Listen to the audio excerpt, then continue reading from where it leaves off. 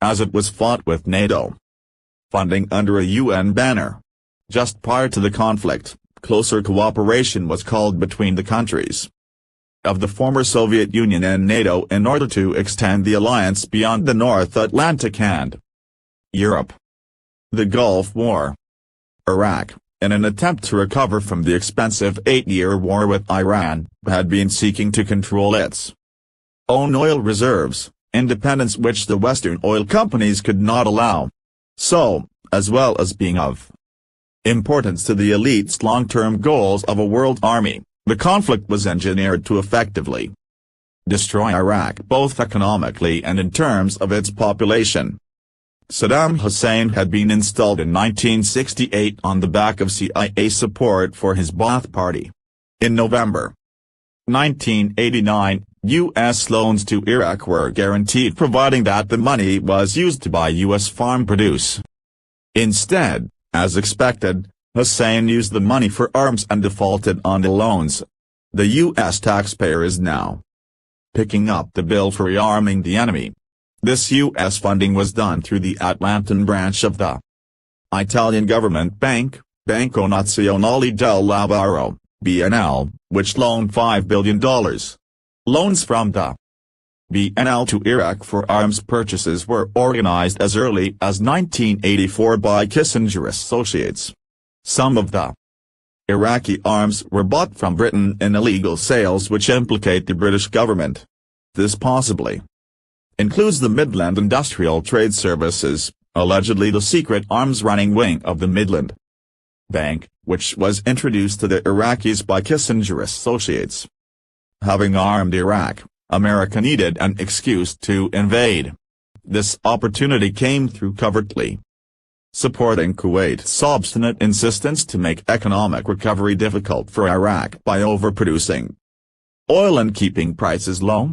In July 1990, whilst assuring Hussein that his administration had no interest in an Arab-Arab conflict, like your border disagreement with Kuwait, Bush reached agreement with Gorbachev that Russia would not intervene if America invaded Iraq. Kuwait was invaded by Iraq in August 1990 and Bush started talking about economic sanctions against Iraq. Saudi Arabia was convinced by the Americans that it was under threat, and under this pretext U.S. forces were dispatched to protect Saudi Arabia. These were later joined by British and French troops to create a UN army. 1 month before the UN invasion of Kuwait, Iraq, a U.S. Army report detailed the destruction of Kuwait, the firing of the oil wells and which companies would be involved in the lucrative rebuilding of Kuwait and extinguishing the fires. In the ensuing bombing, Iraqi industry, and therefore its post-conflict economy, was destroyed and hundreds of thousands of people have died, either as a direct result of indiscriminate bombing or in the ensuing poverty and deprivation. Through the Gulf conflict, the phrase New World Order, used by Bush in a victory speech, was used by all and sundry to describe this unprecedented global military cooperation.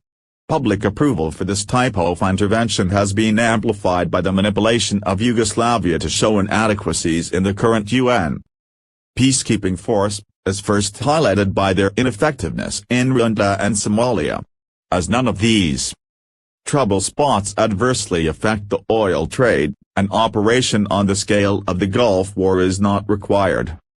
Incidentally, there is already a joint UN/NATO allied rapid reaction corps whose existence was justified by the failure of the UN in Yugoslavia. The supposed ET menace.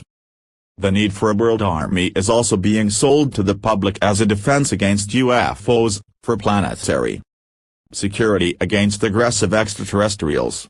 This has been achieved through a massive cover-up of genuine ET contact and UFO sightings. ETs of both positive and negative intent for humanity are visiting this planet. They have been for millennia, and have possibly established underground bases on Earth. By working with these ETs, elite science is far more advanced than conventional science would have us believe. Free energy, anti-gravity technology, Advanced mass mind manipulation techniques are all under the control of the military in highly secretive and sinister underground centers like Area S4 in Nevada, the Dulce facility in New Mexico, Rough Rudlow Manor, Wiltshire, and Mount Weather near Washington, D.C. The non-existence of such technology enables the issue of UFO/ET interaction to be plagued with disinformation. The propaganda machine ridicules true sightings, while high publicity awaits encounters where people are subjected to terrifying experiments at the hands of ETs. However, it is very probable that such incidents are, in fact, carried out by the military and intelligence services using technology the general public are unaware of in order to create the desired response of fear and the demand for global defense. However, I believe that a proportion of abductions are occurring to individuals who have agreed, perhaps before incarnation, to being involved in such ET experiments which are monitoring the human race in such areas as pollution effects on the body and genetic evolution, etc. Abductee reports include a program of implantation and removal of fetuses for the purpose of crossbreeding humans and aliens. One further sinister twist to the tale of ETs is that certain people who have been victims of satanic and pedophilic abuse have, as part of the process of regaining suppressed memories, uncovered images of ETs overlaid on the memories of abuse by people. Mind control is a central part of the process of satanic abuse, whereby the brain is compartmentalized through severe trauma, assisted by drugs and electroconvulsive treatment. In this way it is possible to bury memories of events a long way behind implanted ones. This is the same technique used by the intelligence agencies to create perfect lone assassins. Eugenics, Engineered Wars. Part 6.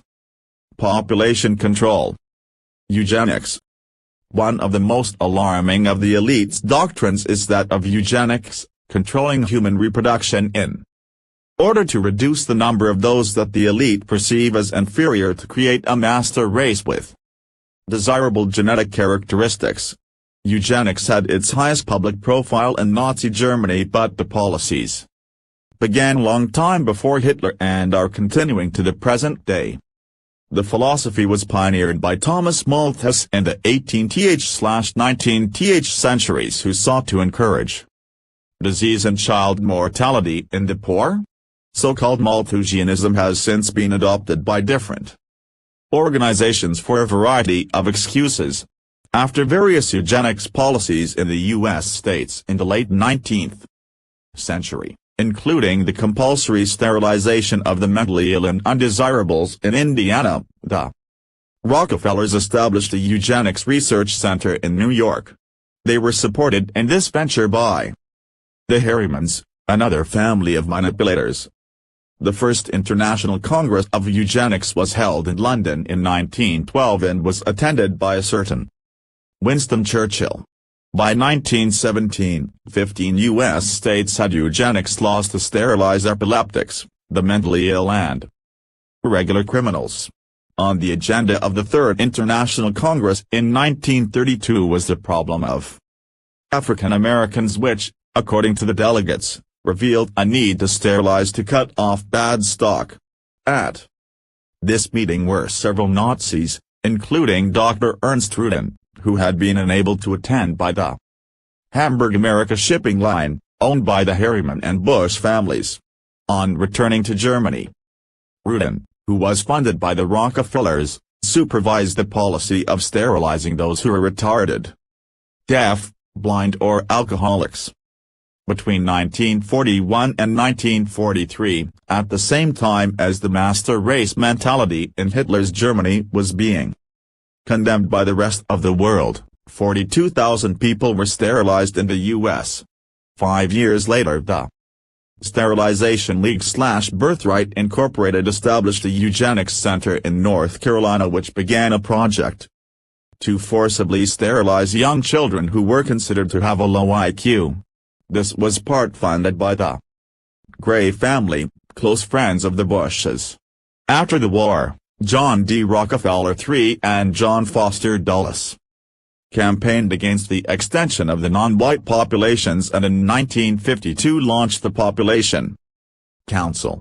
This still exists and is still advocating zero population growth in the U.S., family planning in the developing sector and the expansion of the Club of Rome's Malthusianism. See later for details of the Club of Rome. Eugenics policies are funded by the World Bank which, at the Rio Summit, pledged to double the money available to population control. Birth control is now forced on the developing countries through fear of economic sanctions. The extent of the population control towards which the elite are striving was revealed in the 1962-63 report from Iron Mountain, a secret study group into controlling population without war. It sought completely artificial procreation to supersede the ecological function of war. This was to include total control of contraception via water supplies and essential foodstuffs so babies could only be conceived by those to whom a carefully controlled antidote had been administered.